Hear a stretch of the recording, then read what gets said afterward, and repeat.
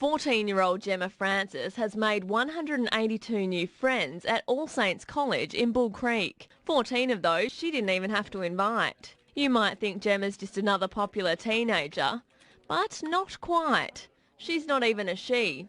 It's actually Paul Litherland, an ex-policeman teaching high school students across Perth a lesson in cyber safety. It was just a matter of getting out there and sending friend requests to as many of the students as I could identify online.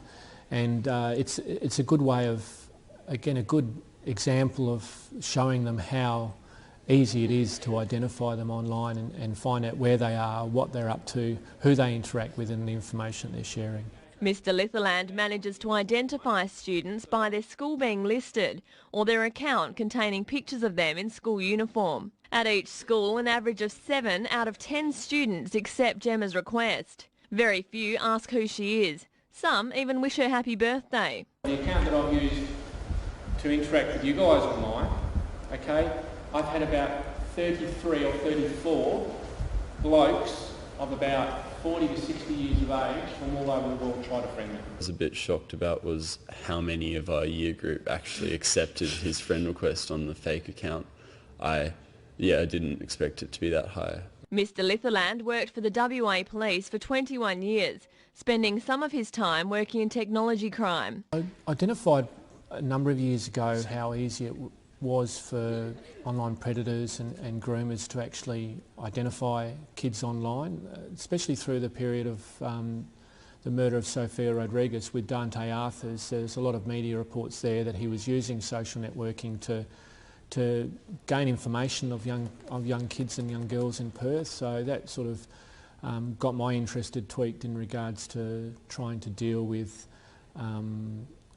the whole safety, online safety of the kids at Sophia's school. The demand became so high, Mr Litherland left the police force to focus his attention on educating kids on cyber safety. It was eye-opening.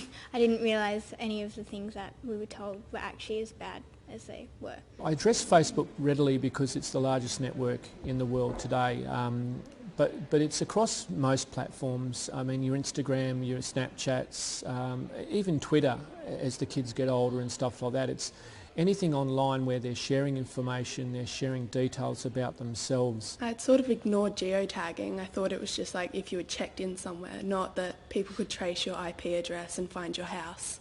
To that extent, that's a bit scary that someone can find you so easily. Mr Litherland varies sessions for each age group, keeping topics like sexting and sexploitation for the older students. 250 billion images currently on Facebook. Yep, all the selfies. Okay, that's the girls, all the boys, with their abs.